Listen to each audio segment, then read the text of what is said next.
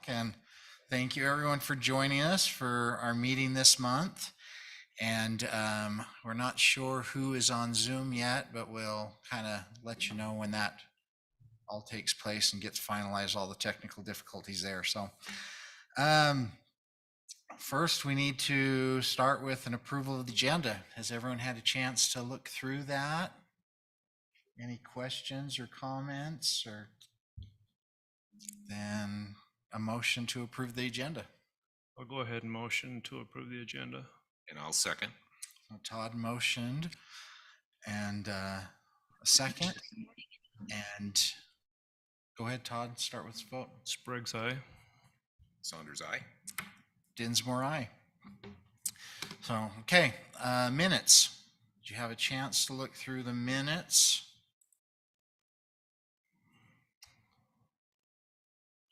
Yep, no questions I think that I a lot have. of it we're going to be discussing again and going over. Yeah, I'll go ahead and motion to approve the minutes. Okay, I'll second. Dick second. So Todd first, Dick second, and go ahead and start the vote. Spriggs, aye. Saunders, aye. Dinsmore, aye. Okay, oh, sorry, I opened the wrong. Let me get the agenda back open. All right, new business. Recommendation City Council to approve the new underground construction standards. And it doesn't say Rick or who's I'll gone. just do a quick comment and then turn it over to Mike. Actually, probably ought to introduce Rachel. She's our new Nikki. Well, hi, Rachel, Nikki. And so she's actually still with utilities for the next week, but she came over and so she'll be joining us next week after shut off. So we're excited to have her. And I know probably Jessica's the most excited. She's kind of been doing double duty. But we're excited to have her. And I don't know, do you want to introduce yourself? Got a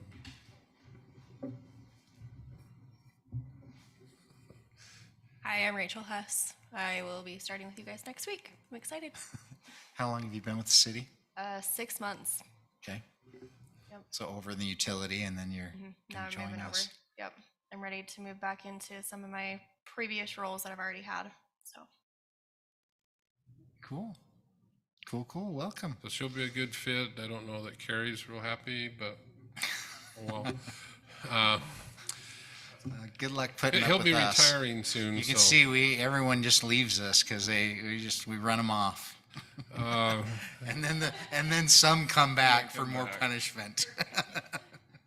And again, the two of the documents are the same as you had last month, the standards and then the significant changes. And then Mike put together a little sheet that we talked a little bit about the fees, what we're proposing. I suspect that's probably maybe the biggest question.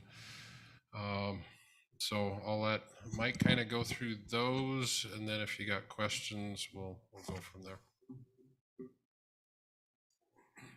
Thanks, Rick. It's good to be back with you. Do you have a copy of that you can put that up? All right. So we know we're we're proposing some fees in this underground standard. So we kind of did a breakdown of what we were proposing. So you kind of know what goes into the fee itself. We were doing a residential power service fee at $100, and depending on the service, I mean, it's a 1 to 2 hour review for design and draw up, and then obviously we talk to the customer. We have correspondence and paperwork and stuff like that. So it's minimal time, it's minimal inspections. And we don't see a lot of that. We'll see more when the single lots start coming in, but most of the stuff's done in Washington on a single basis. Our commercial power review per service is $300, and that includes, like I said, it's about 1 to 2 hours. you're sizing transformers, you're looking at their service setup, diagnosing CTs, different things like that. But where the real time comes in is the hours of inspection. You're So out. Mike, again, the items in yellow, are those the changes? Correct. Okay. Yep. Yeah, okay, just wanted to make sure I had that correct. Yeah. So anything that's highlighted in yellow is what we're proposing Okay. as a new fee. So generally, typically, commercial power review doesn't take a lot of time. It's really cut and dry. If they have all the information, it's pretty cut and dry. Where the time comes in is there's a lot of inspection that goes on. Take example, the Maverick. We have a Maverick going in on Buena Vista Boulevard in Green Springs, and they have substantial infrastructure upgrades there. I feel like I'm a Maverick employee sometimes. I'm there constantly. We had to switch power so they can remove some lines, and we're going to be switching some stuff back. And you have equipment installation and conduit installation and compaction tests and grounding and training of contractors, because we did update our standards for live front and dead front. So these will be the dead front switches that they're putting in. So we have training so they can get it right, so they can get comfortable with our new standards. So that's where a lot of the time comes in with a commercial project. Is just it's a time hog. We also put not only a power review resubmittal fee. Sometimes we get projects that we submit to the engineers and everything like that, and they submit them back to us unchanged, or they haven't looked at them. And I don't see a lot of use in that, but it does give the city some teeth if they need to charge for a re-review. So Mike, can I stop you there for a minute? Absolutely. So my opinion, there's different ways to handle this than a fee. If you're having a problem with an engineer that submits stuff, that's when we call the ethical boards and say, hey, these guys aren't doing their job. I'm not for a fee Okay. on a resubmittal. I think why punish the guy? And it leaves too much variance in the discretion of the reviewer. Oh, they forgot to change one thing, I'm going to charge them $100. I just think there's too much discretion on Okay. that fee. So I'm not for resubmittals. Fees. Resubmittal fees. I mean, I'm not for a lot of these fees, but I'm specifically not for that one because of that, because it leaves too much in the hands of the reviewer to decide that fee, and I don't think that's fair to the developer. If we want to charge a fee for review, I go back and forth, because I think that's what our job is as a city, is to review that stuff. And just, I've worked in a lot of different cities, and every power guy has a different opinion of how it should be laid out. I work in St. George, Washington, Hurricane, all different states, and everybody has a difference of opinion. And what's funny is it's all similar, but it's different. Oh, And so I'm not I going to just argue am- that point. I'm just concerned that we're going to sit here and go, oh, well, now you got to pay another $100. Sure. Now, is the $100 a big deal? No, but it's just the fact that why are we charging me $100? Like, I just seem like it's nitpicking to me, but that's just my input. So is this a fee being charged after we tell them they need to change this specific thing? And if they don't change that specific thing, then we charge them? If they just blatantly ignore what we ask them to change? Or is it if they screw up and they're wrong the first time, we're charging a resubmittal fee? So what the fee was for was just blatant submittals, because you'll get submittals for stuff that people will come in and they'll submit stuff, and I'll do a red line on it and everything like that, send it back saying, hey, I need this redrawn, corrected, and they'll just send back the original copy. I don't want to name projects, but it's happened in Washington. Like I said, it doesn't happen a lot. I've heard it happens. I've heard it happens in other cities too, because Yeah. I've got complaints about other groups that have done that. And I don't think it's right that they do that. I just don't think, I feel like you're going to punish the people who are abiding by it, not the people who are. I think there's other realms. They're going to lose more money by the time wasted than we're going to lose. So coming from you have a great insight on this, Would you rather me take you to an ethical board for a missubmittal? I'll tell you right now, you're never taking me to an ethical board because I make sure I do my red line, so I don't care. No, I know. No, I know. I'm honestly, but I've had that happen to us in our company. We were doing a project in California. Okay. We submitted a structural plan, and they sent back red lines and said, if your red lines aren't perfect and done, we're submitting you to the board. Scared the crap out of us. We flew down to California, met with them, and dealt with it, right? Sure. That's the problem in this town, is we're letting these crappy engineering companies get away with stuff, and we can't do that anymore. So I understand why you want to charge a fee. I just don't think this is gonna hurt them. You just think there's a better way to do it? There's a better way to do it, because I just think it's like, hey, it's, to me, not having an approved plan is worse than the $100. So, and I just don't want it to be, that's how I look at it, but I can tell you, it depends on who your reviewer is. You can have nitpicky stuff that matters and stuff that doesn't. And it's like, well, who draws that line of, hey, you didn't make my one comment, so now you got to do a resubmittal fee for $100, but you got 70% of them. But what if you disagreed with that comment? Like, it's just, it's a gray area, and I just don't think No, it's. and I can agree with that, and it's not explained very well. I'm not talking about the people that, hey, I've got 95% of this done and I'm resubmitting it. I'm talking about the people that are blatantly submitting nothing, no improvements at all. And I So- I get what you're trying to accomplish, And but I don't think this can do it. I understand where you're coming from, because when we when, Hey, I hate that they're wasting our city time. Just so you know, it bugs me all again. That's why I brought it up in Public Works years ago with Brandon when he was around. I said, Brandon, tell them you're going to take them to the ethical board if they're not going to do their job right. Because he complained to me about how bad these plans were, and I'm like, if they're not doing it right, yeah, then you need to document it, understand it, and then you say, hey, they're not doing their job. They're a professional engineer, and they're not doing their job. So how do we correct this? We bring that stuff up to the ethical board and say, they're not doing their job, and they're wasting our time and money. Now, I understand you're just trying to cover your costs, but you're not covering your costs with $100, right? how much do you think I make? I don't know how much you make. I'm just telling you my insight from the other side. And So, and I see that, but honestly, like you're saying, if somebody came to me and I said, okay, you have not done anything and you're going to have a resubmittal fee, and these are the reasons why, their application goes from the top review to the very bottom also. So they have that. I to deal think with that's also. worse of a punishment.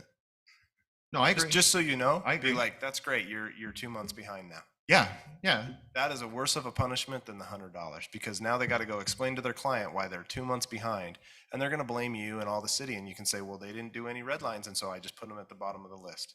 Yeah. That is worse of a punishment than the $100. But that's already happening and it's not changing, right? So you're looking at getting something changed. You're looking at I revisiting this. I don't foresee using this often, but if I did, I mean, if it was approved and we did have that, it would be a letter saying you're being assessed this fee and these are the reasons why. So what do I have And- to, what fee do I have to pay to get to the top of the list? I didn't put anything like that in. Would you Oh, recommend that? bribery. I would recommend that for me, and I'll pay the fee. so I But can the get to other top. side of this is we have a city employee who's being paid by city people, and if somebody from the outside's coming in, now at least we're deferring some of that cost back to them instead of pushing these costs on our taxpayers too. No, I understand what the goal is. Yeah. I just think I'm against it, is all. I'm just telling you. And that it comes from my professional side, is I don't know why. There's so many fees already that we pay. It's insane when you think about it. And we talk about cost of living and all this. I mean, our impact fees, I don't know, they're close to 40 now for a new home. I don't know. It's with all the water and everything. It's up there. I mean, it was 30 when I built my home 6 years ago, so I know it's got to be close to 40 now. And so I'm seeing now we got another fee to the developer, who they just push on the cost, right? These are our costs. This is another $100. I know it's small, but it's the principle of the thing that I don't think you're going to solve your problem with $100 is all I'm saying. So residential power review fee, who pays that? Is it the engineer or is it the homeowner? That's the homeowner. So, Well, for a single residential lot, Yeah, when the you get to the $100. subdivision stage, it's the developer. yeah. You know, the developer pay for that. But you're right, those costs get passed on to Sure. the buyers. Sure. So So like you said, what were we doing before on the residential and commercial? There was no charge. There was no charge. We Putting just, them at the bottom we and just dealt with it and moved on, like, well, we covered the cost somewhere, right? So where do we cover? Do we cover in our impact fee already? Like, should these, and the other discussion I want to bring up is, does this make sense to include this in a different fee? That's a fee through just review in general with all the departments. That might be a better, And that was one thing that came to my mind is, hey, I know in St. George, they charge us for, it's like 2% of the construction. So 2% of the construction dollars by an engineer's estimate, that goes, it's a fee that they pay. And sometimes like it's $13,000 and that goes to the city, right? And that covers all the review process fee and the time. So I don't know if there's a better way. That's a way. I mean, those are big dollars and these are way cheaper. I was gonna say, I'll put 2% in versus $100. Yeah, I have no problem.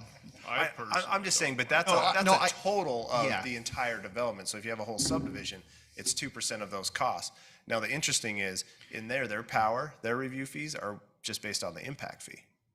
So they don't charge us by the impact. I think that's how it is. Am I wrong? You don't know? I'm trying to remember, and I can't remember because I usually don't deal with paying the impact fee. So Because I look at like just for power improvements, like 2% of power improvements would be astronomical compared to what we're. yeah, and let me back up. That is streets and storm drain, and that's their review. But that includes their inspectors throughout Sure. the construction and all those kind of things as well. So that's how that's broken up. It covers.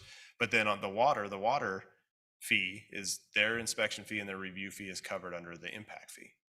Power, I'm pretty sure, is covered underneath the impact fee already.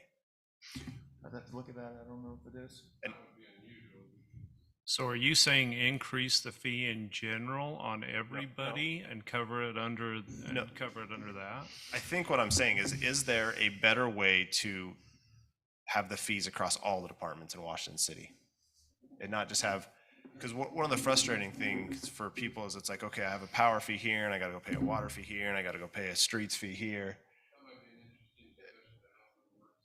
Yeah, it's just a thought I had as I'm going through this. I'm like, well, there's a lot of different fees, right? Like you have a residential subdivision fee.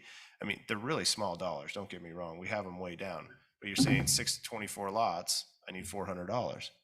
But there's totally different fees for the lots based on different departments. But as a review in total, as a city, should we just say, okay, here's our fee for power, here's our fee for, and Does have it that- in one thing? I think the only problem with, I mean, I understand what you're saying, but as far as a city accounting situation, that just creates the headache for the accountants on the city side. You'd have it per department. Well, that's just it, is yeah, each department, and you could go to each department and say, okay, how much do you have? How much do you have? How much do you have? And then lump it all together into one fee. And that's, But I think it's just a different mindset of accounting is what it is. So it's probably not a decision for us. It's a decision on that higher level of, is this how we want to do fees for our city? Yeah, and I understand what you're saying, and we're just talking power tonight. So I'm just giving my feedback and my thoughts of how I read it. And what really caught me was that resubmittal fee. I'm like, I don't like that. Well, and what did you say last meeting? How many would this apply to? 2% of the fees, well, that's, or 2% of the permits submitted? that's 90% of the codes and standards that we have is to deal with the 2% or the 10%. The 90% we don't really have to worry about. So, but I do agree there very well could be a better way of handling that. Well, and let's just, so your asterisk, right? Resubmittal fees are charged on submittals that are not updated to match current design red lines. Fees shall be paid before plans will be reviewed and resubmitted. So it's just that, I think we need more definition of. It is very, like I said, it was lacking in definition, but that was my intention. If I was to use that fee, they would get a letter stating this is why. So, Well, and Mike, I've worked with you. I understand. Oh, I know. Great. I know. I always, if you get to know me more, it's more of I'm the devil's advocate, right? I What if- think along the same lines. So What if we change and someone else reads this code? I'm always, when you do code, you can have three people read it and they'll have three different opinions of how it is.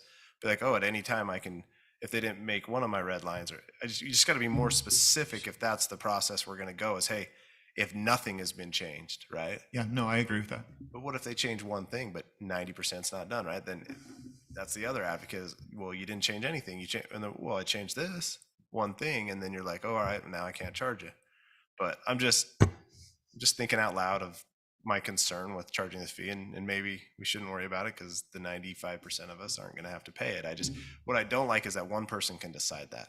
That's true. I think it needs to be, I don't like that it's just the reviewer gets to decide that. I think it should be, hey, this is what our code says, and this is what I can use this code if I need to. But it's not just one person that gets to decide it. I can see that, but somebody's got to make a decision on it. You know, if you're going to have a fee, so if somebody doesn't make a decision and now I have three people that are involved in the decision, that's 3 times the amount of time that you're being charged for that, you know. So no, I agree. I mean, you definitely should run it by people and more eyes are better, but What if you give them a one review, and then if it comes back a second time or whatever, then you charge a fee, as opposed to, you resubmit this one time and you're going to get penalized. no, well, I mean, You most, get a warning letter. I would say 85% of plans I receive are multiple reviews. Are they? Yeah, they don't, You're going to have 3 reviews Yeah, at least, it's- just because of difference of opinion on how you design something. That's just Sure. But if you have 6, But I 7, mean that's a problem. resubmittal on if I mean, we're sending stuff back and forth constantly. It's the stuff that you send back and forth that there's minimal change, you know, that's when you're just spinning your wheels and wasting time. And to get you to, they're trying to get you to approve and maybe they Yeah, slide on they're this. trying to push stuff through, you know. So yeah, that'd be a great conversation, you know, to see what we could come up with on the reinspect fee. I also have a utility reinspect fee in there and that was for all departments. If they find stuff out in the field that's not per plan and stuff like that, they have that ability, but I don't know, if, It's tough for me, right? Like I know. that's the same thing as like, what if you have an inspector who's just, I mean, we've all had them that are just frustrated at the contractor and gets nitpicky, and all of a sudden there's another. I'm going to get the complaints from the contractor. I don't work for the building department anymore. You did when I built my house, though. Thank me later. You I'm just going to tell you, I'm going to get the complaints. Yeah. And it's going to be, and I can handle the complaints. It's just like, okay, but do we have a inspector that's being, let's say, overzealous? I don't know, because from time to time we have people that get that way. Yeah. And so all of a sudden we're like, well, we can't go back out till you pay your fee. And I was like, that's kind of, we're already charging them an impact fee to deal with it. If you got to go out 6 times, you got to go out 6 times and inspect it. I just, Yeah. I mean, it was my understanding of the impact fee was, you know, that's what the development's specifically going to be impacting my system. I don't think our fees and everything are included in the impact fee. So, and it might be the case for St. George and stuff, but I'm not sure about that. to be clear, impact fees are for only, you can only use those monies for new development, but I'm pretty sure you can. Our impact fees include substation, transmission lines, and major distribution feeders. It doesn't have anything to do with the distribution. So I think we'd be okay on that. I don't want to get this sidetracking the overall goal of the standards, and maybe we just need to pull that out and say this is a separate animal to deal with. Like on the solar one, I've got one right now. I'm on my 6th review. They keep changing the design every single time. They went from one brand to a Tesla. Now they've got 2 batteries. Now they've got 4 batteries. I don't ever know what's coming through.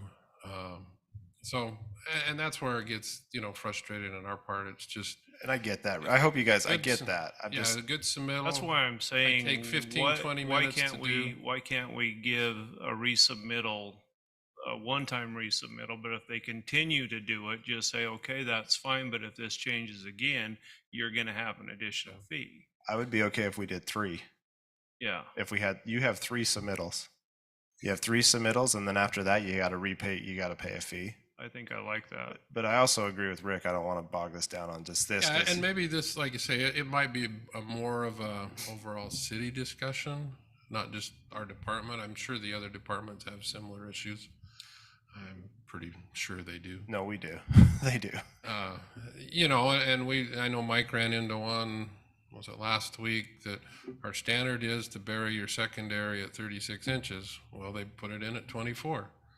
And then they moaned and groaned and say, well, this is our standard. You don't put it in. I mean, it's pretty easy to take a tape. So it's those kind of things that gets real frustrating. And when so that's what this is, an attempt to address. Whether or not we did it properly, I don't know.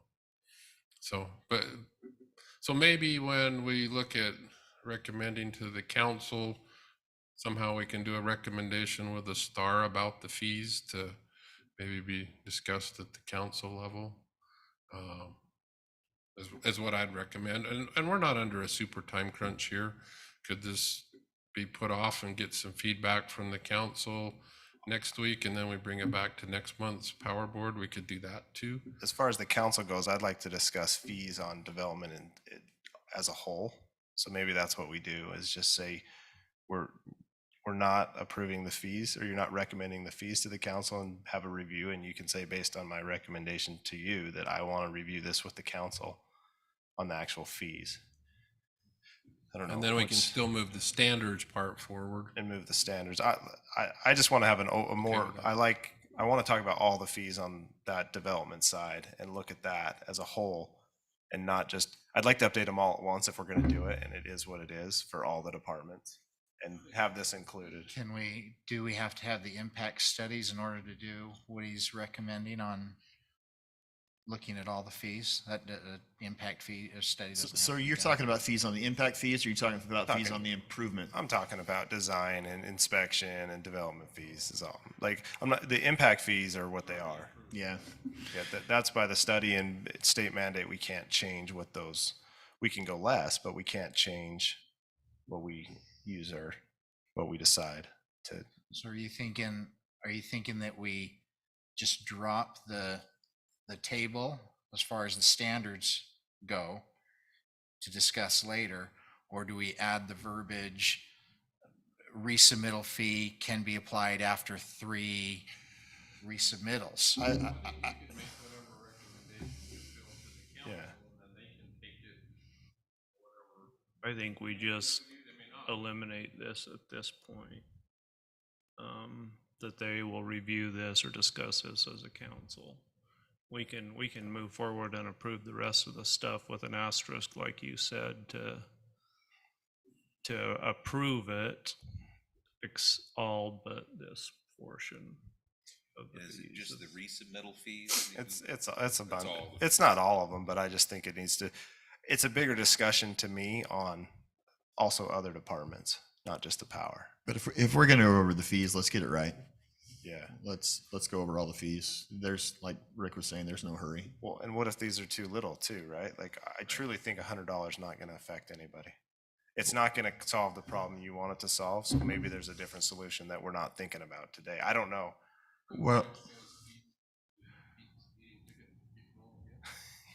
we're gonna get these approved, and then you're gonna have to keep me here, because, I don't want, I want the same opinion all the time. We want consistency, so. All I know is that I feel your frustration. Oh, yeah. And it bugs me that the industry will do that, but I know it happens because I hear the complaints about other firms all the time. So I don't know I don't know the way to curve it. I knew the way California curved it because it made us think real quick, and that was after one first review. So I just look at, they wanted to let us know they meant business.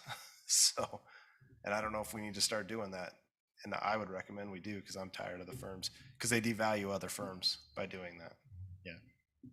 But that's just my opinion. So I'll leave that in your guys' hands for the motion, but yeah, let's get the fees right. We're not in a hurry to push anything through, but this was just, on our mind. Yeah, Approve the standards, but remove the fee portion. yeah, whatever you guys decide on that would be great. So, Are there any questions of what was proposed? Okay, thank you.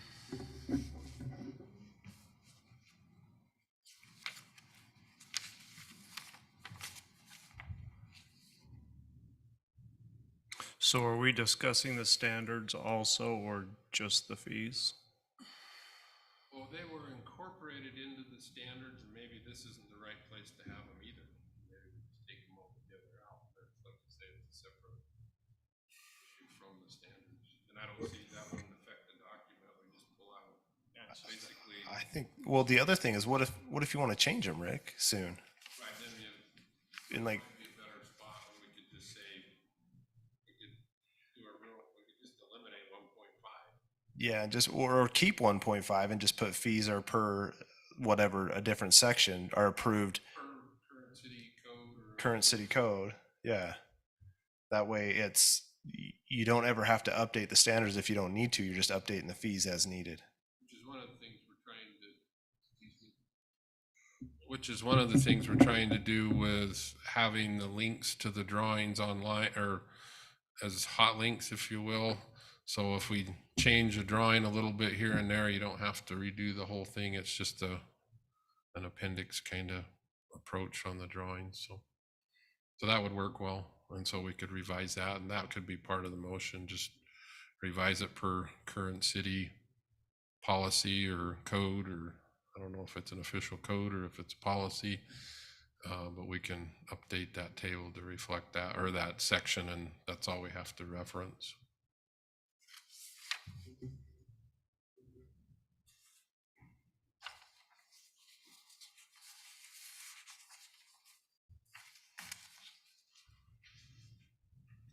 Dick, what are your thoughts? You've been quiet. Well, I think that there's merit in the council maybe doing this in a workshop and then comparing, obviously, Craig has experience with different cities. Maybe we should have something close to what similar municipalities do and try to make something standardized. But certainly, the idea behind a fee is to correct behavior. And Craig's point is very solid in the fact that if it's not going to affect them, if they're just going to slough that off and pay it, no difference to them, we're not getting corrective action.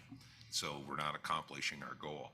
So very probably, I think, having a workshop, maybe coming up with some ideas, might be the right way to go. Let's approve the standards and keep the fees out of it for now. Picking on Craig a little bit, is there a city that you've dealt with that has got it right? Something that we could look at there? I'm going to say no, because I don't like the way they all do it, right? I want zero fees. Yeah, I'm on the developer side most of the time, right? So I think the thing that I'm frustrated most, and I'll tell you, is it's interesting because I work in different states too, and most states don't charge fees. It's just part of the deal when it comes to development. They don't charge any fees. It's just, okay, it makes sense, let's move on. But when it comes to like our adjacent city to the west, there's so many fees in so many different places. It's just not consistent in one location. And that's where I'm concerned, is that we got a power department. I'm trying to make our departments mesh together. And I don't like that you have to, I got to go find out my fee here and I got to go pay my fee here. I want one place and say, these are your fees. Even if you have to tell them what that fee is, that's what I would like to see in our city, is that it's like, okay, here's all your fees for it, and this is what it is. And have it. Yeah, the impact fees, but I'm saying like the inspection fees. So if this was approved, we have that set up where it would go through and there would be a design fee and everything already there. So they would know all the fees would be in one place. But yeah, I understand what you're saying. We're working toward city inspect, right? Mhm. And we're working toward having the fees be paid on there, right? And that's one of the things that, and maybe that's the connection, is through that, is that, okay, here's my fees, I've submitted all my plans, here's the fee I need to pay at the bottom, and it includes your power, it includes your streets and public works, whatever fee it is, but I'm pretty sure in public works, there's not a fee right now. And it's been a few years since I've submitted in Washington, so I'm trying to get caught up too. But we don't want to be to the city to the west either, where the power department goes out for a hot cable pole and they get charged for every single Yeah, and I pole they don't. go. Yeah. So there's got to be middle ground somewhere. I agree. So But I think my biggest concern is I feel like you're trying to punish with the fees outlined, not all of them, but the review, punish the engineering groups. And I don't want our code to read like it's a punishment. I want it to be like, this is our fee to do it. And if there's a limit on how many reviews they get, maybe that's what it is a limit. and like I say, I don't mind correspondence back and forth as long as it's productive. It's the unproductive correspondence where nothing's done.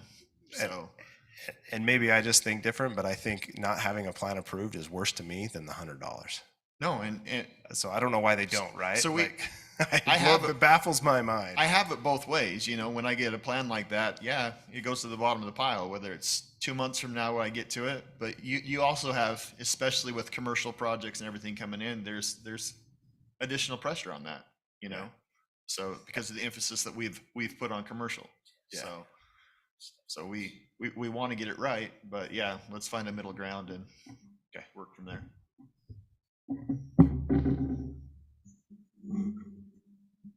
So just to be clear, it was only the fees that we were discussing. There wasn't any other additional technical changes that we needed to discuss because we really don't know anything as far as that goes anyway. But it seemed like we had talked about something last time, and I didn't know if I was missing something. Yeah, the other, I guess the other, the changes from our current standards were done in 2015. And then, so this document outlines the technical side of things that were changed. Mike streamlined the pre-qualifications for the contractors. I think one of the, we've eliminated the 4-out wire size because it's kind of ends up in no man's land. Or if you look at our current standards, it references induction lights, which you can't even get. So it's getting them up to the LED. We've improved the standards for commercial with current transformer requirements. And then changing from the live front to dead front switches. Where is that, Mike? I know it's on here. That's probably one of the bigger changes. Again, that's primarily for safety. They're a lot safer switch. And so this document basically tried to outline the physical changes from the old standard to the new standard. We couldn't really do a red line because we completely revamped the document. If you looked at them side by side, if you read them all and digested them, I'd say 90% or more is the same, but they look completely different. So, okay. So as far as old standard to new standards, this is the document that kind of outlines what those changes are. And that hasn't changed since what we presented last month. And so, that answer your question? Mm-hmm. Is it Mark that's online? Is it Mark or Andy? I was just wondering if they had any questions or comments. Oh. No, it's Andy here. No comments or questions at this time. Just kind of soaking everything in.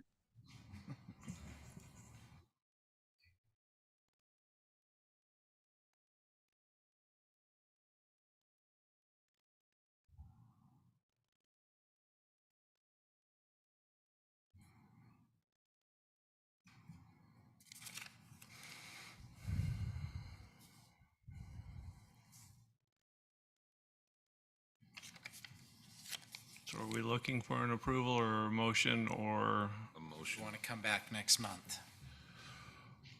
I mean, it's up to you. Again, this isn't, I mean, to be quite honest, Well, these changes have already been implemented. We're doing them. So, I mean, that's the urgency, is to get a document matching what we're we're doing in the field. You want to get the standards through and we'll discuss the fees later? Yes, I mean, I don't want to hold up the standards. I think the fee discussion's going to be longer than a meeting or two, is what I'm sensing. So if someone motions that We'll have we- 4 or 5 more opinions next week, so. Right. Everyone else will say, no, we want the money coming in. Depends whether Craig's here or not. So I'm that sure would be it'll- my recommendation if we went to, and again, if you're comfortable, if you're not, we could just have 1.5 reference current city policy or code for fees, and not list them out like this in the Whatever the document itself. language needs to be there. But from a technical standpoint, like I say, because it's been, and the process to change is a little cumbersome.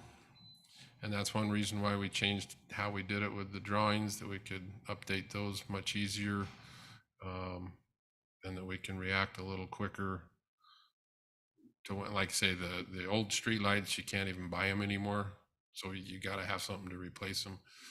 And, so I would like to move forward with the standard side if you're comfortable. Again, if not, another month's probably not going to kill us either. But I'd still probably keep it on the work session either way.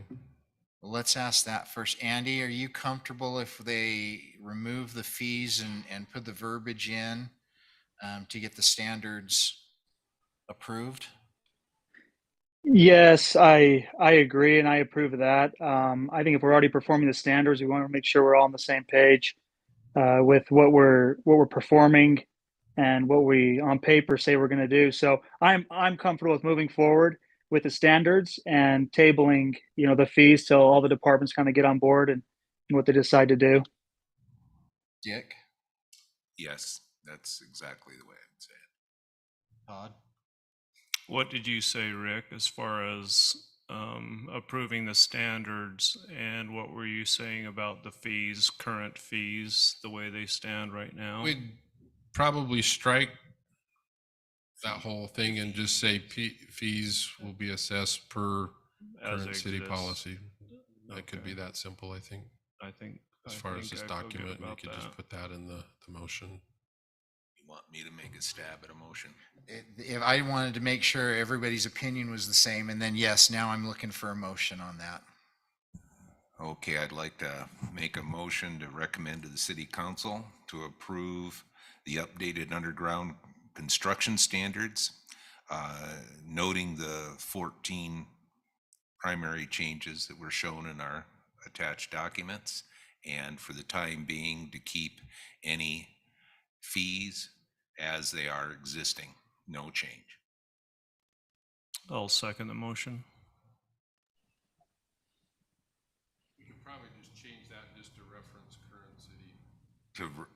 The current, My only question on his motion, he said the 14 changes. Is that Oh, the 14. really a 14 change? I mean, is that any? Those are the significant changes as noted. Okay. I just want to make sure we don't. Right. Okay. All right, we I had would Dick. just claim that as outlined, As outlined. not specify specific a in number. number amount. You got to say as Perfect. outlined in the document. Perfect. Well, let me restate that. Let's start over. I make a motion that we recommend to the city council for approval the updated underground construction standards as noted, and to keep the existing fee structure in place. I second.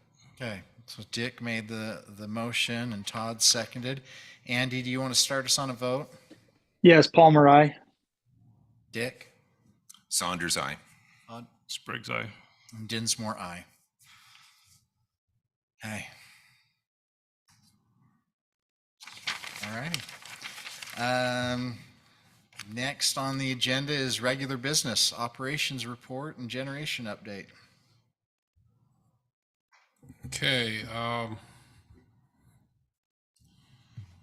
we've had or continue to have interesting couple months with the heat and different things that we'll go over.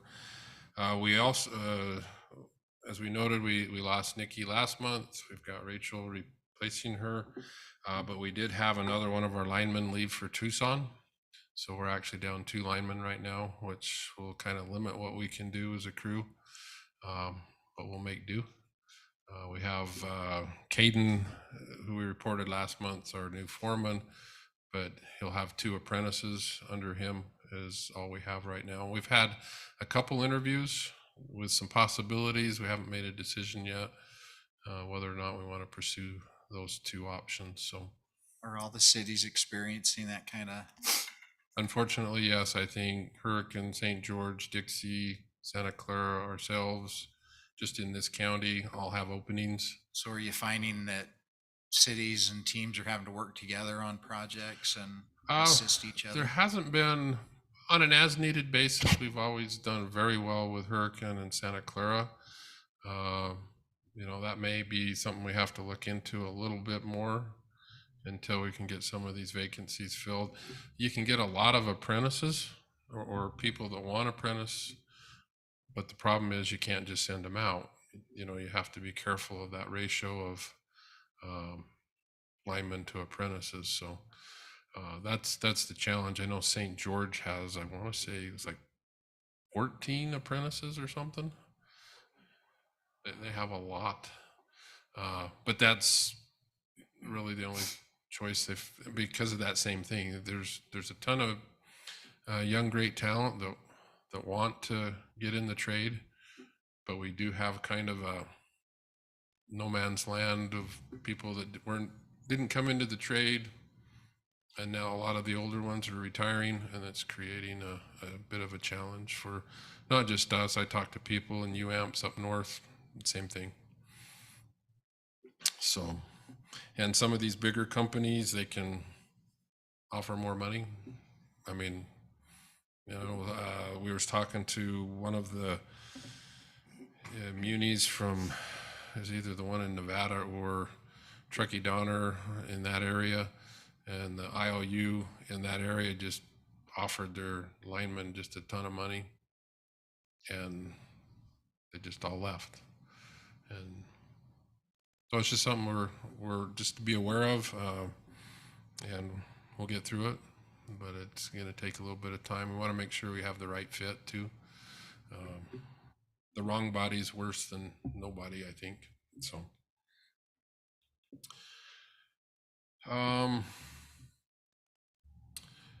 Councilman Coates is familiar with this one. Just to give you a little bit of an update, we've reported, you know, we're working on a new substation site up by exit 13. So exit 13's down here on the bottom. And this actually will be what currently is in the, or was in the habitat, but there'll be a new trailhead there in conjunction with the new Green Springs development. And so we've worked with Sitla, with the developer, to make it happen. And so pleased to report that the city's worked out with Sitla to pay for the substation site, as well as the various easements. And we have all the easements that we'll need for that substation, with the exception of this easement 2. That parcel's owned by the LDS Church. We're working with them, making some progress. It's just a bit slow. But they've talked about possibly having that building going sometime next year. So I think worst case, that's where we'll be, is when they come in to get their development approved. That'll be a requirement to get the approval. So, but we've had good emails back and forth, and they've asked questions and we've responded. So, so we're really close, except for that one segment. We've got everything recorded at the county. So, you won't see anything in the field quite yet, but you got to have the land and the rights to put poles up before you can start down those projects. So,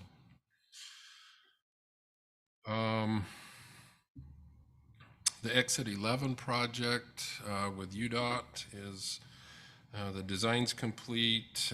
We've got all the materials on order. In fact, the poles are supposed to ship the first part of November, which is actually a really good delivery. I think we hit them in a little bit of a dead spot, and so far, at least they're telling us they're on target. So, and that'll dovetail well with the UDOT project. We've given UDOT our updated estimate, and they're supposed to be getting back with us with the agreement document.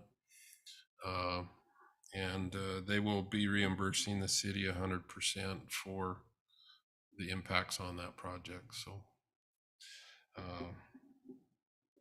we continue to have supply chain challenges. We had an email from one of our transformer suppliers saying they either won't quote, or if they do, it'll be 2 years or more to get a 3-phase pad mount transformer. So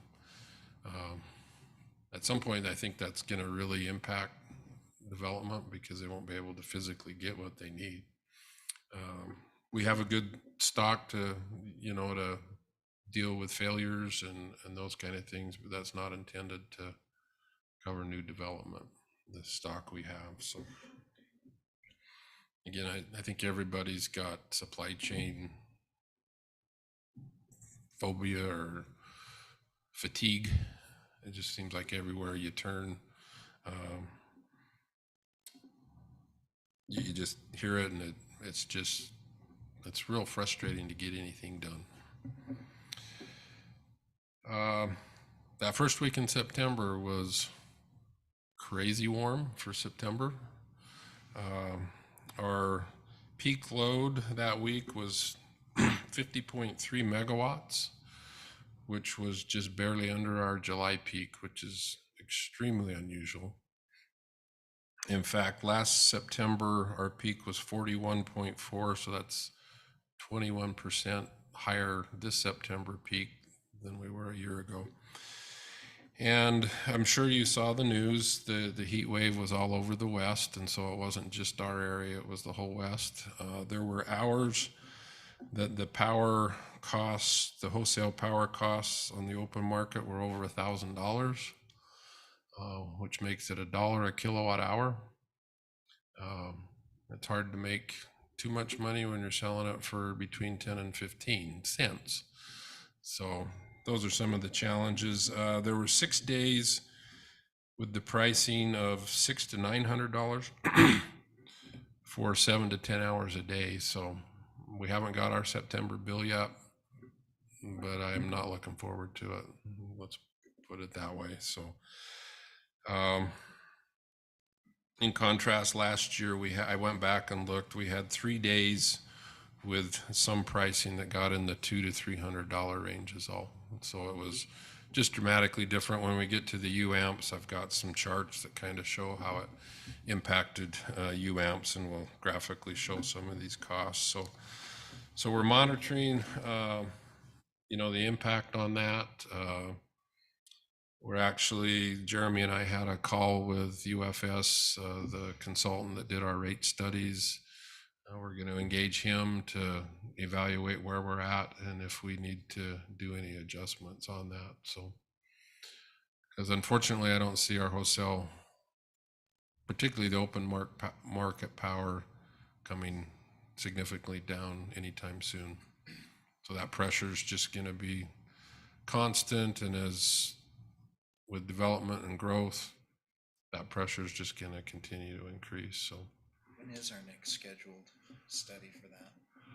Well, to be honest, we had them review it last year, a little before, just a little over a year ago. And he felt like we were still okay, but with the things that have happened in the last year, we normally you'd do it every 2 to 3 years. But with some of the things we're seeing, we felt like we needed to look at that a little closer before it got out of hand. So something to keep on your radar. And unfortunately, I think it's going to mean we're going to be looking at some form of rate increase on that. There's just financially, you got to keep the system whole. So coupled with those hot hours, and even today, it was, I think, close to 90 in the first week in October. That's still pretty unusual.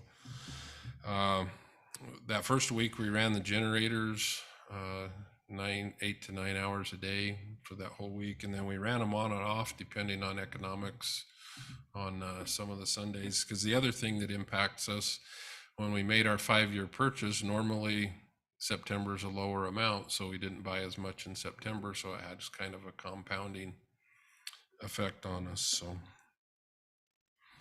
as far as projects go, we replaced several poles in the 300 South, 200 West area. There's a block with some old poles, and we've replaced those. With the crew being reduced in manpower, we'll focus more on smaller projects right now. Doesn't mean they're less meaningful, and they need to be done. It's just that's where our focus is shifted to. The Main Street substation project, which is going to be done kind of in conjunction with the UDOT project, the contractor that comes and does the foundation for the UDOT pole. We've got that included in with our substation project, which actually will send those bid documents out tomorrow and have a pre-bid next week, with the bids due, I think, on the 29th of this month. And that's to rework the 69 kV side and give us some more switching flexibility at that substation. So again, on that project, we're looking very closely, and Jessica's helping monitor the materials. We've got them on order. The majority of them are supposed to be here by the end of this month, and we'll see where that goes before we pull the trigger to take that front end apart, because it'll be out of service, and we got to make sure we can get it back in service before next summer. So on the solar side of things, we only had 9 applications in September, which has been lower. We've kind of went up and down, but that's one of the lower months we've had this year. One interesting thing, we've got a new apartment complex coming in. What do you call that development? It's just below the Ash. I mean, it's the Ash, but it's. But what's the development up on the hill? I'm drawing a blank. Yeah, down below Bella Vista. There's going to be approximately 200 units, and they're actually wanting to put solar on every single unit. And they'll maintain the ownership of the units as well as the solar system. So we're working with them to make sure we're coordinated on what we need, and so it'll be an interesting project to be involved with. They've done some bigger ones in Harriman and Idaho Falls, and have done one similar to this in Logan as well. So like I say, it'll be interesting. So let's see.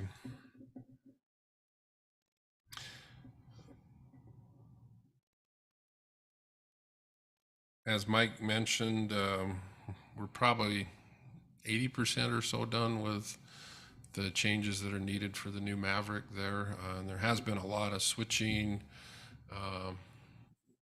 because basically the new fuel tanks will sit right on top of where our old feeder was.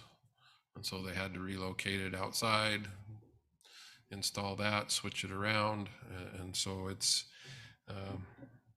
been a lot of coordination, but we're getting pretty close to where that'll be back to normal over there in that area. Actually, in the end, I think it'll be an improvement for that area. The system in there, some of that dated back to before the city bought the system, so some of those wires in there were pretty old. So it'll be a good thing. Believe it or not, Jessica's already been in contact with our Christmas light people. and they'll be going up the end of this month on this building, and well, they won't be turned on. And unless, like last year, the timers didn't get shut off, and I drove by one morning, I was like, oops, we're a little bit early, but we want to get that done, so there's limited time between Veterans and Thanksgiving, and so we want to have everything else that we can have up, except for the tree, and we'll do the tree the week after Veterans Day, so that's when that's planned to go up.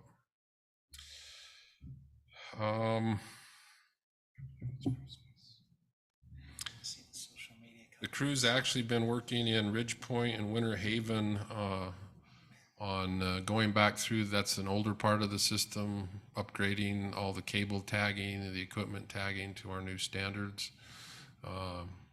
They found a few things that we need to do from a maintenance standpoint, and other parts they found have been surprisingly in good shape. They found one piece of equipment that took them quite a while, but they had planted bushes basically over it, and it was fully engulfed in it. So, because unless there's a problem, we usually don't go back, and so it took them a while, but they actually found one and had to cut some foliage out to be able to get it. So that's all the general local stuff. Got any questions on that? If not, I can move on to the UAMP side. Rick, I had just one question. You mentioned you've got a new substation potentially going in here where the trailhead is, and then of course the one with the interchange. On the substations, I presume that's standard substation with transformers and so forth on ground. Yes. Do we still just put up chain link fence, or are we gonna put block wall around them so that they blend in a little? I think all of our subs now have Are they block. all Yeah, block? I don't think any that the Staley was the last one that had chain Okay. link. I was just curious because Yeah. we hadn't done any since Yeah. Well, I guess Coral Canyon out by our plant, it's chain link. That's the only one that's well, that's chain the one link. I drive But by nobody all the can time. see it anyway unless you come visit us. So, but all the other ones are all have block walls. So. which would make sense because this is going to be a huge new development. Yes, and I know there's lots of eyes, and we'll have lots of input on what this one will look like, because it'll be, say, right in the middle of a very busy trailhead for that Grapevine area, and it's well used. If you drive in that area, there's always cars parked along there, and it'll be a great asset to the city. Not only the sub, but the trailhead too. So.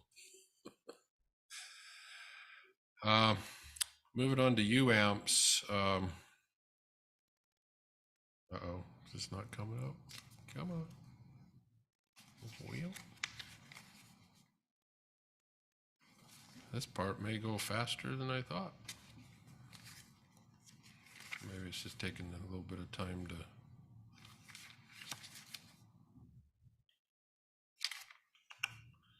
Dave, can you help at all? I was just refreshing the page.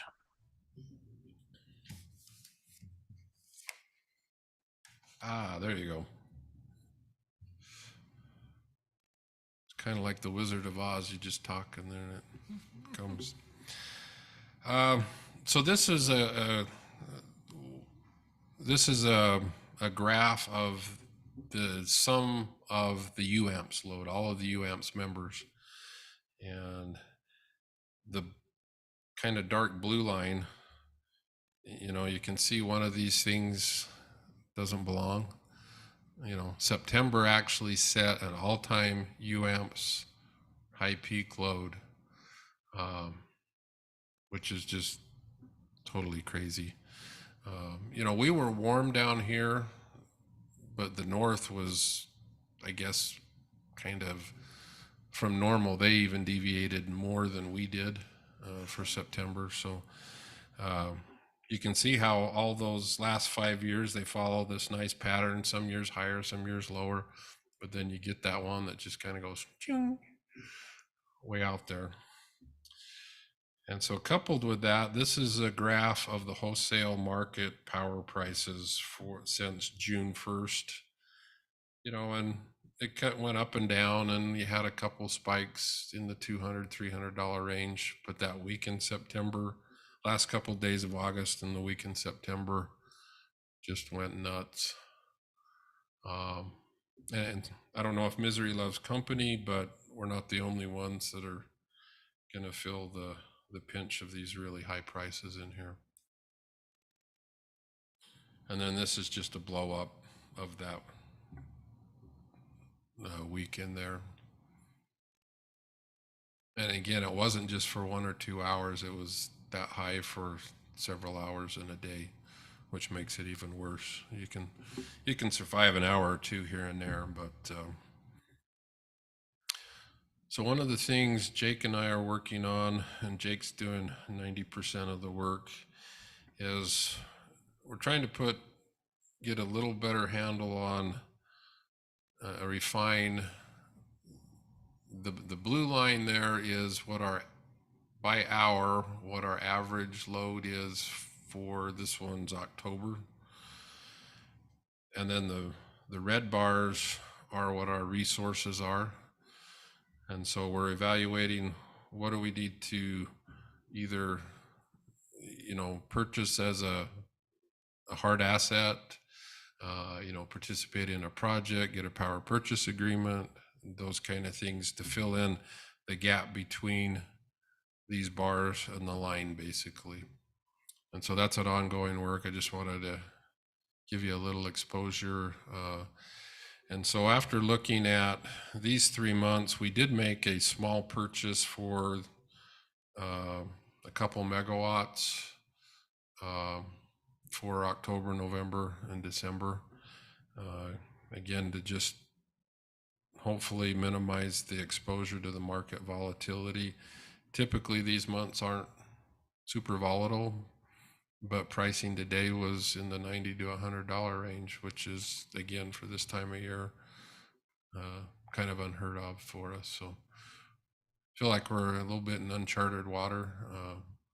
Most of these shoulder months, most people didn't really worry much about it because you could get $20, $30 power all you wanted, and that's quickly not becoming the case anymore. So. And it's kind of interesting to see the different shapes in the different months, with October being more gradual and around 6, in the evening, the peak picks up. And then November, you're not going to have much heating or cooling, but you get that one in the evening. But when it gets cooler, you get a kind of a morning one. And so he's working on this on a month-by-month basis. Taking the last 2 years average data, and then we'll probably add 3% or so to account for some growth. And I think we're going to be proposing, we got to get the details, maybe another 5-year purchase, 3-year purchase, something like that would be shaped to fit our load needs a little better. Any questions on that? Like I say, there wasn't really, I was just to kind of give you a flavor of what we're looking at to try to minimize that volatility to us. I like that idea that we're looking at another option, especially because who knows what next year holds for our Right. summertime. Right, because, we made a purchase early last year. It was a bit pricey. It was in the 190 range, but especially for those couple weeks period in there, that looked pretty good. Some of the other months, we were probably paying more than we would have. But again, I think sometimes at least knowing what you're dealing with is better than the volatility. Kind of keeps me up at night on that. So there'll be more to come on that as we get into more detail. And I've asked Jake, he's actually going to break these red lines into the different resources we have. So there'd be like a different color for Nebo, one for Veo, those kind of things, so you can kind of see how things stack up. And going in forward, we've got some predictions on what the solar projects that we'll get involved with, how that's going to affect our resource shape for the daylight hours. So it's a lot of work, but this is really can make or break us really fast, just by the amount of money. For the Central St. George project, we actually have our fall meeting with all the area utilities this Thursday, where they do a post-peak report. The initial comments on that were, as the area, not a big surprise, was similar to us. The loads didn't change dramatically this year from last year. But for our area, July and August were cooler than they typically are. And so it's a direct correlation. Concern I have in that is when temperatures go back to normal, we're going to have a 2-year whammy with growth, if that makes sense, because we kind of masked it this year with the lower temperatures. So we'll just keep an eye on that. The Nebo project's actually been running really well. However, next week, every 7 years, approximately 7 years, they do a major overhaul on the combustion turbine. And that's been scheduled for a long time. So it'll actually be down for 6 weeks. So it'll be off from next week till just before Thanksgiving.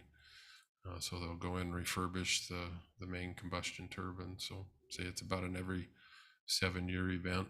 They always have a fall maintenance, but it's generally about a 2-week instead of a 6-week process. So again, that makes you nervous when you have a market that's not cooperating. That's why they schedule it in October, because it's usually a predictable, nice low month that you can replace that power. Just like that one up north that they scheduled it in September and had to shut down power for a little while during that heat wave up north. And yeah, that's hard to know ahead of time what to do, I'm sure. Yeah, if somebody has a crystal ball, I'd really like one, because it would be very helpful. One of those black 8-ball things. Sometimes I feel like it's about as accurate as, that's that frustrating. Vail's been running well up there just north of us.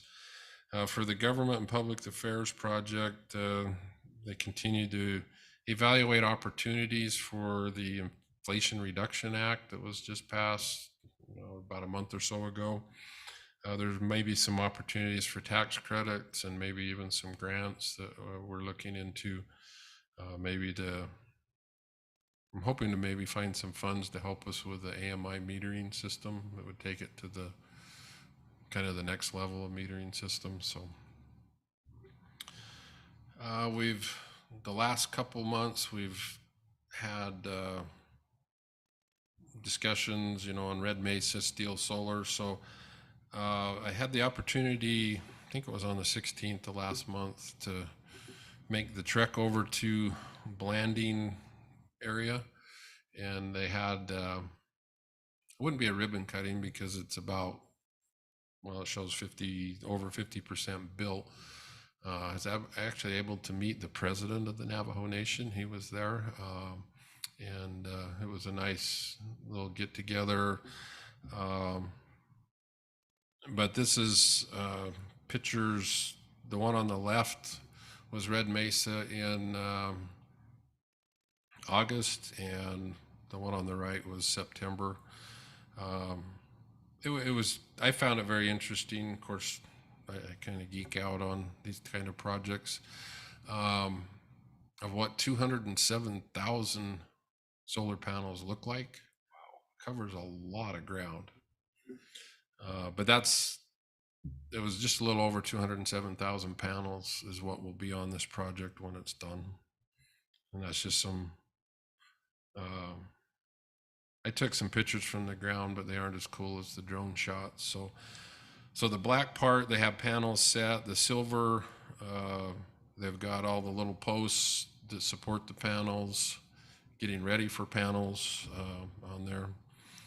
And this was something I find probably much more interesting than you might. But the DC cables for this project, they're actually suspending above ground. I hadn't seen that before, so we actually questioned them and they said this is the latest and greatest in the big solar installations.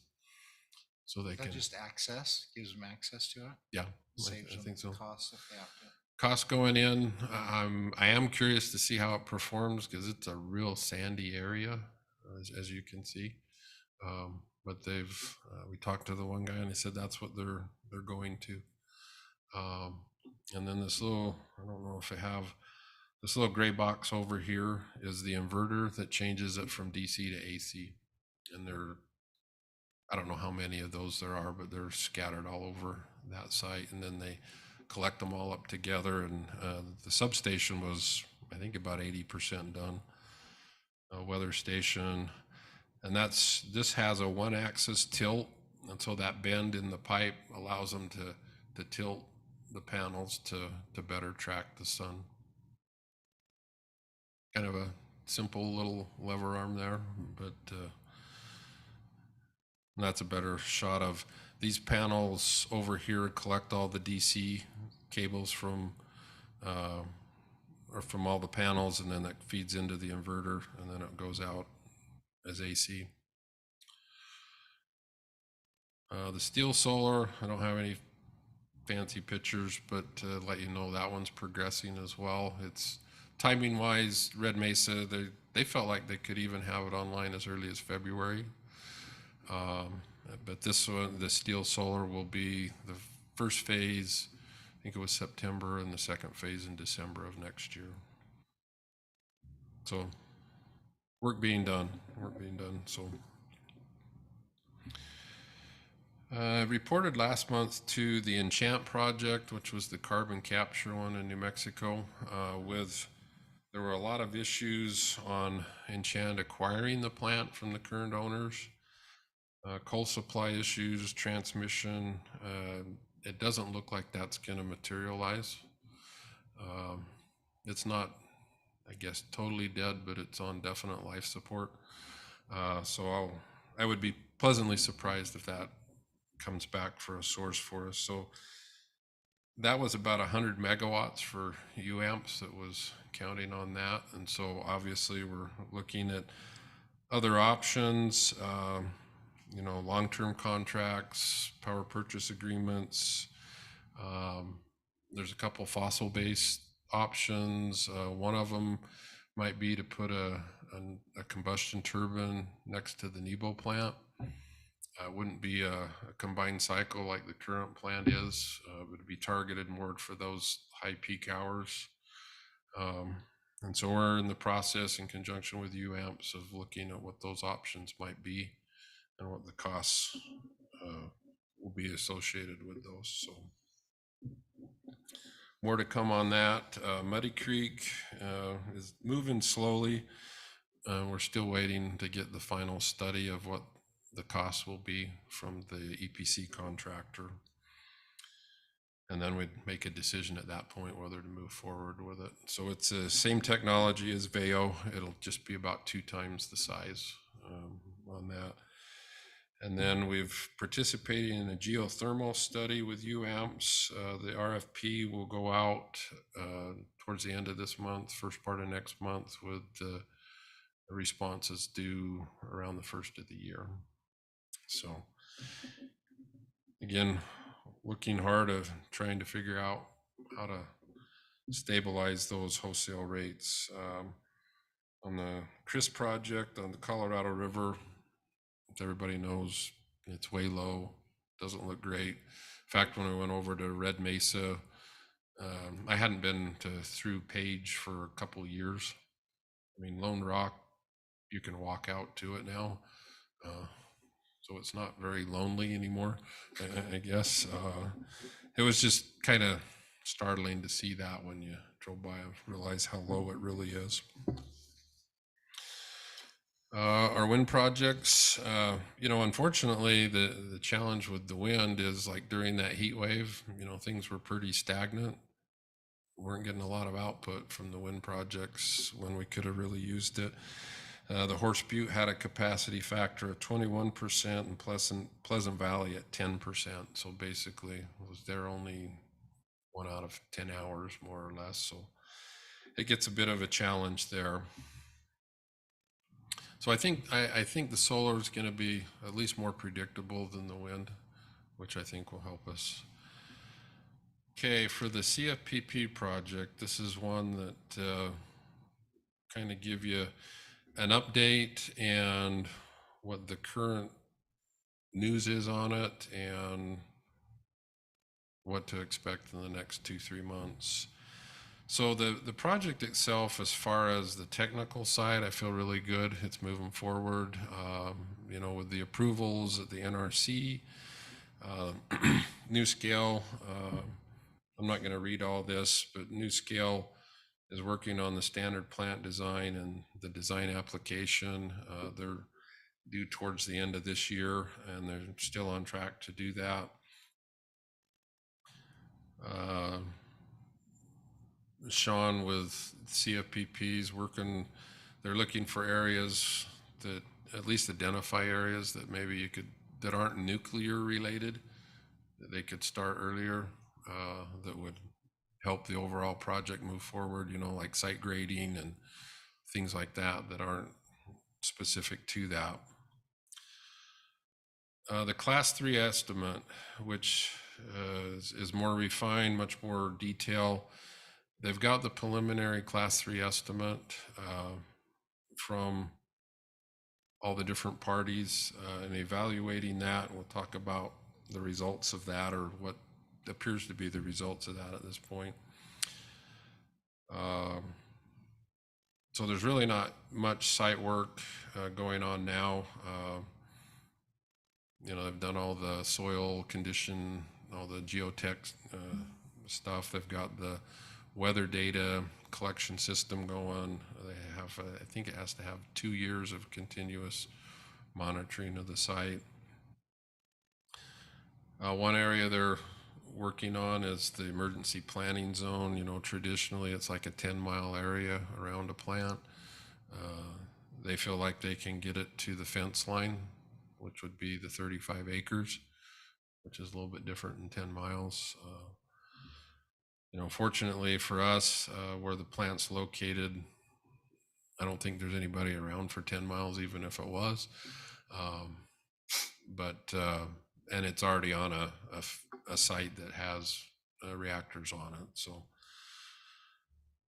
on the operations side, they continue to work with Excel Energy Services, that would be the operator, and refining the scope of work for them.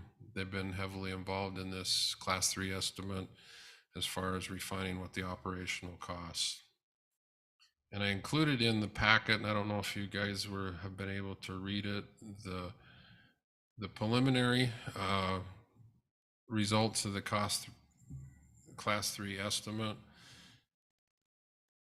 If we remember, the project gives us an out, if you will, if the project comes in above the $58 in 2020, rolling it back to 2020 dollars.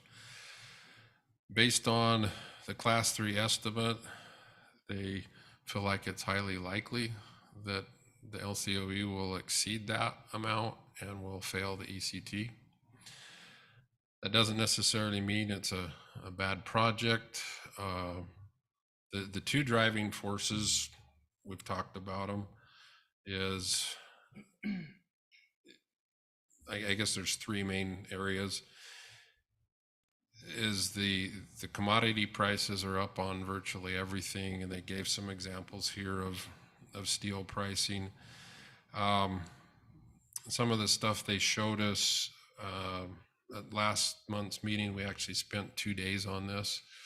I was shocked, and you think about it, it's a very highly capital intensive project, but it's extremely sensitive to the interest rates, you know, that you get at the time.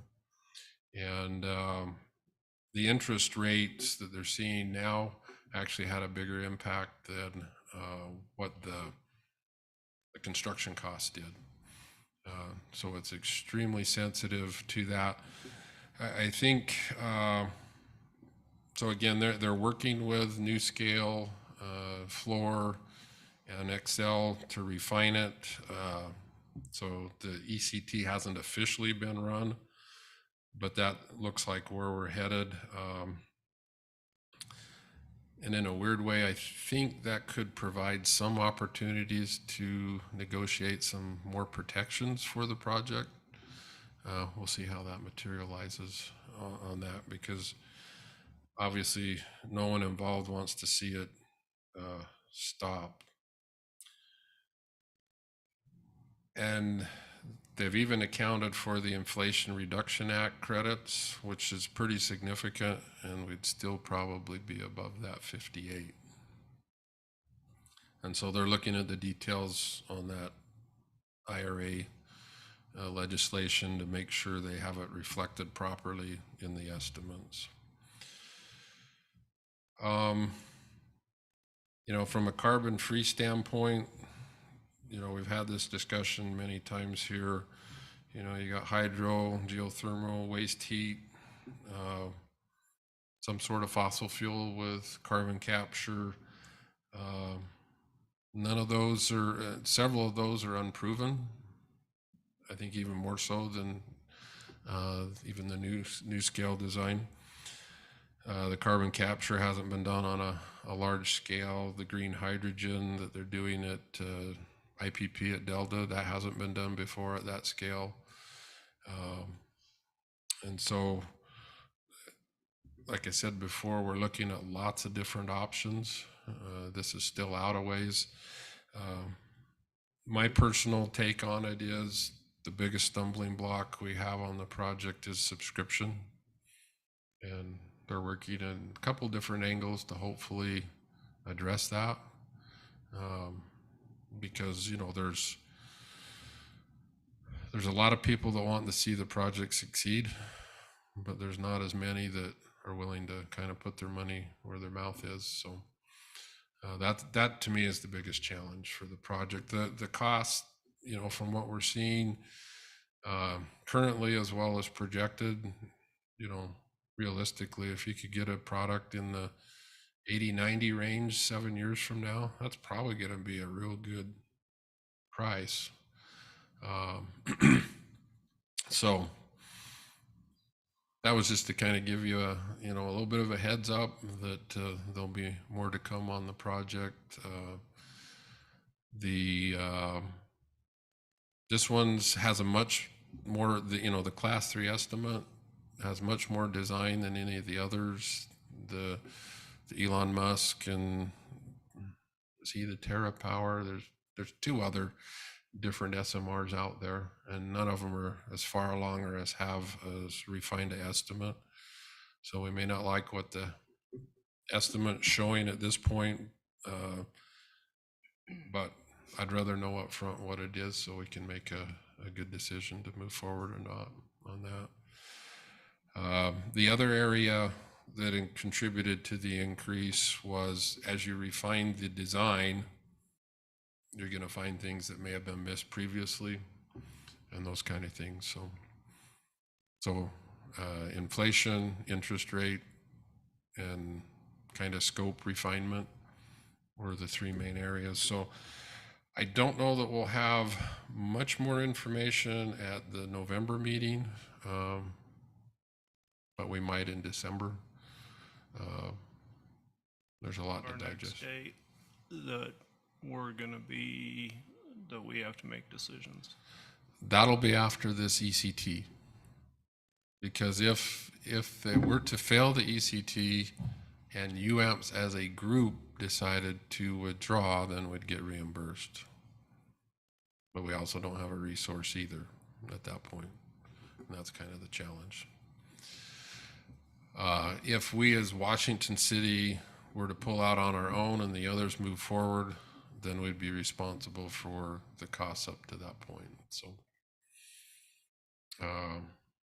like I say, there'll be some big decisions. I don't know if it'll be a Merry Christmas decision or a Happy New Year decision, but it'll be around in that time frame is what they're anticipating. So this is really the next decision point. I guess technically the way it's written in ours, we have a kilowatt amount or a dollar amount. If we don't want to change those, we could stay in without actually any more official action, but I think it makes sense that we'd bring it to you as well as the council, even if we kept those numbers the same, that we'd at least get a nod to, yeah, let's keep moving forward or not, so.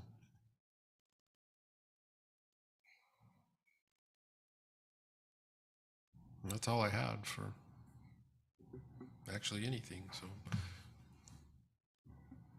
Any questions? Rick, did you say they have a problem with enough people signing up, subscription to the Yeah, carbon free? So that they didn't meet their original goals? When Washington City signed on, there was not enough participation by other. right now, it's the total plant output, I think, is 467, and we're about 120, if I remember right. So it's about fourth subscribed. So there's still major questions whether this will ever go. Could be potentially. Like I say, I'm really comfortable with the technology, and they can. I'm sure there'll be some kinks. They'll get those worked out. But everybody else is very nervous, I think, of the first of a kind, which, you know, we need to keep our eyes wide open as we do that as well. And that's what I say. There, with a failed DCT, does that give us some leverage to try to get some better protections? I don't know. We'll let the lawyers and all that fun stuff kind of work on that. So we'll just have to see how that plays out. But I don't know what'll be coming out officially or unofficially in the press, but these talking points is what UAMPS has released. So.